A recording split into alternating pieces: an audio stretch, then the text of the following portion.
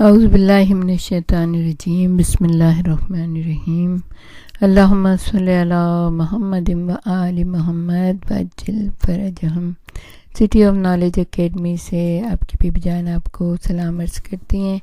ہم چونکہ آج 17 ربیع الاول ہے، اس وجہ سے حضرت محمد صلی اللہ علیہ وآلہ وسلم کے اس مبارک دن کے مناسبت سے آپ کی خدمت میں ان کے حالات زندگی کی کچھ چیدہ باتیں پیش کر رہے ہیں۔ ہم نے آپ کو بتایا تھا کہ حضرت عبد المطلب بے انتہا محبت کرتے تھے، اور ظاہر ہے کہ وہ یتیم ان کے فرزند حضرت عبداللہ کے یتیم تھے، اور ان کی عادات و خصائل اتنی بہترین تھیں کہ وہ ان کو اپنے سے کبھی بھی جدا نہیں کرتے تھے۔ جیسے جیسے حضرت محمد صلی اللہ علیہ وآلہ وسلم بڑے ہوتے چلے گئے، اپنے والد حضرت عبداللہ سے مشابہ ہوتے جاتے تھے، اور بوڑھے ضعیف دادا کی محبت میں اضافہ ہی ہوتا چلا جاتا تھا۔ ابھی 2 ہی سال کا عرصہ گزرا تھا کہ حضرت عبد المطلب کو مجبوراً یمن کے سفر پر جانا پڑا۔ تقریب بیر سفر یہ بتائی جاتی ہے کہ 579 عیسوی میں یمن کے مشہور بادشاہ ذوال یزن کے بیٹے سیف نے ایران کے بادشاہ کی امداد سے طبابہ کا کھویا ہوا تخت دوبارہ حاصل کر لیا، اور تخت نشینی کا جشن منانا تھا۔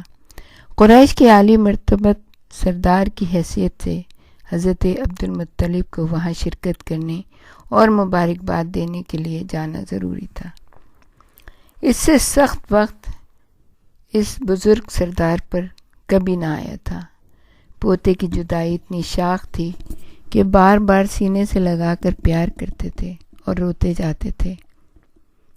آخر حضرت محمد صلی اللہ علیہ وآلہ وسلم کے سگے چچا اور اپنے بیٹے کو طلب کر کے پوتے کا ہاتھ ان کے ہاتھ میں دیا اور تاکید کی، اس کی حفاظت اور نگہبانی کرنا یہ تنہا اور اکیلا ہے، اس پر مثل ماں مہربان رہنا، اس کو کوئی صدمہ اور تکلیف نہ ہونے دینا۔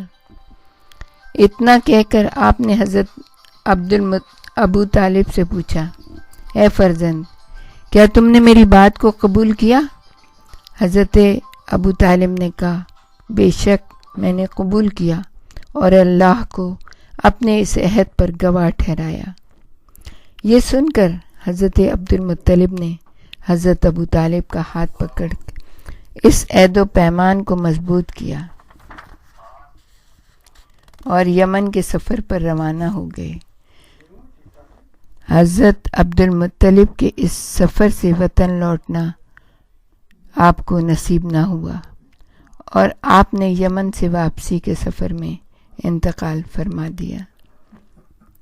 حضرت محمد صلی اللہ علیہ وآلہ وسلم اور آپ کے چچا حضرت ابو طالب کے بارے میں کچھ بتائیں گے۔ محمد عربی صلی اللہ علیہ وآلہ وسلم کی عمر اس وقت صرف 9 سال تھی۔ اتنی کم عمر میں باپ کی شفقت سے، ماں کے پیار اور دادا کی محبت سے محرومی اللہ کی وہ مشیت تھی جس کے پیچھے وہ عظیم مقصد تھا جس کے لیے عالمین کے رب نے آپ صلی اللہ علیہ وآلہ وسلم کو خلق کیا تھا، اور جس کے لیے ضروری تھا کہ وہ صرف اور صرف اللہ کے ہو کر رہیں۔ لیکن اس کا یہ مطلب ہرگز نہیں کہ ان کے رب نے انہیں بے یار و مددگار چھوڑ دیا تھا۔ اللہ نے انہیں بہترین ٹھکانہ عطا کیا۔ اللہ نے اپنے محبوب ترین بندے کے لیے ابو طالب کے گھر کے دروازے کے ساتھ ابو طالب اور ان کی بیوی کے دل کے دروازے بھی کھول دیے تھے، اور اس گھر کو حضرت محمد صلی اللہ علیہ وآلہ وسلم کے لیے ایسا دارالسکون بنا دیا تھا جہاں انہیں اپنے باپ کی شفقت اور ماں کا پیار حاصل تھا۔ حضرت محمد صلی اللہ علیہ وآلہ وسلم اس چھوٹے سے گھرانے میں ہر کسی کو عزیز تھے، بالخصوص چچا بھتیجے میں دلی محبت کا ایک عجیب رشتہ تھا۔ قریش کا پیشہ تجارت تھا، اس لیے حضرت ابو طالب بھی اس پیشے سے منسلک تھے۔ وہ ملک عرب، یمن اور شام کے مابین کھجور، عطر اور بازنطینی اشیاء کی تجارت کرتے تھے اور قافلوں کو لے کر سال میں 2 مرتبہ شام اور یمن کی طرف جایا کرتے تھے۔ حضرت محمد صلی اللہ علیہ وآلہ وسلم کو حضرت ابو طالب کے گھر میں چند ماہ ہی گزرے تھے کہ شام کا تجارتی قافلہ روانگی کے لیے تیار ہو گیا۔ حضرت ابو طالب گھر والوں سے رخصت ہونے لگے تو بھتیجے سے ملنے کے لیے ہاتھ بڑھائے۔ وہ روتے ہوئے دوڑ کر چچا سے لپٹ گئے۔ حضرت ابو طالب فرط محبت سے بے تاب ہو گئے۔ انہیں خود بھی یہ جدائی بہت شاق تھی۔ فوراً ساتھ لے جانے کا فیصلہ کیا اور کہا، واللہ، خدا کی قسم کھا کے کہا، میں اسے کبھی اپنے سے جدا نہیں کروں گا۔ اس طرح حضرت محمد صلی اللہ علیہ وآلہ وسلم اپنے چچا ابو طالب کے ساتھ زندگی کے پہلے سفر پر روانہ ہو گئے۔ ہاشمی تاجروں کا یہ قافلہ ملک شام کی سرحد میں بصرہ کے شہر میں داخل ہوا تو حضرت ابو طالب کی ملاقات بحیرہ نامی راہب سے ہوئی۔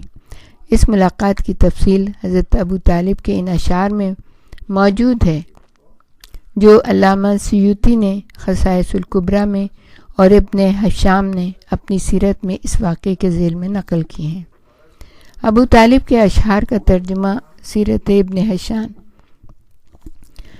آپ اپنے دیوان میں فرماتے ہیں، پس میں نے ان سے کہا، محمد صلی اللہ علیہ وآلہ وسلم، چلو خوشی سے چلو اپنے ان چچاؤں کے درمیان جو مصیبت کے وقت ہمدردی کرنے والے اور نہایت شریف ہیں۔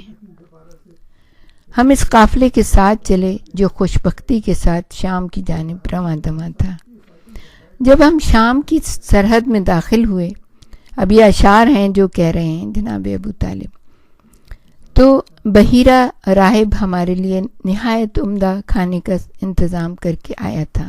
وہ کہنے لگا، ہمارے ہاں کھانے کے لیے اپنے تمام ساتھیوں کو جمع کرو۔ ہم نے کہا، ہم سارے ہی جمع ہیں سوائے ایک لڑکی کے جو سامان کی حفاظت کر رہا ہے۔ اس نے، یعنی کہ اگلے شعر میں آپ کہتے ہیں، اس نے کہا، اس لڑکے کو بلاؤ، اس لیے کہ ہمارے نزدیک تمہاری عزت اسی لڑکی کی وجہ سے ہے۔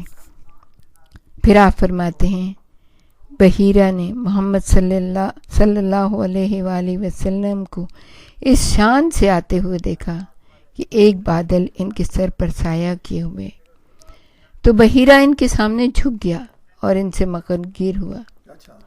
اس اثناء میں 3 یہودی دریس، تمام اور زبیر بھی آ گئے۔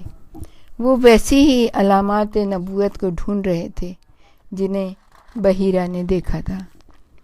پھر اگلے شعر میں کہتے ہیں، وہ یہودی حسد کی وجہ سے محمد صلی اللہ علیہ وآلہ وسلم کو قتل کرنے کا ارادہ رکھتے تھے، لیکن بحیرہ راہب نے انہیں منع کیا اور اس سلسلے میں بہترین کوششیں کیں۔ پھر آپ فرماتے ہیں، حضرت ابو طالب، پھر بحیرہ نے مجھ سے پورے خلوص سے کہا، ان کو، یعنی حضرت محمد صلی اللہ علیہ وآلہ وسلم کو لے کر واپس جاؤ، کیونکہ ان کے لیے ہر طرح کے دشمن گھات میں ہیں۔ میں ان کے بارے میں حاسدوں سے ڈرتا ہوں، کیونکہ ان کا ذکر قدیم آسمانی کتابوں میں ہے۔ پھر آپ اپنے شعر میں فرماتے ہیں، پس یہ واقعہ علامات نبوت کی پہچان کے متعلق تھا۔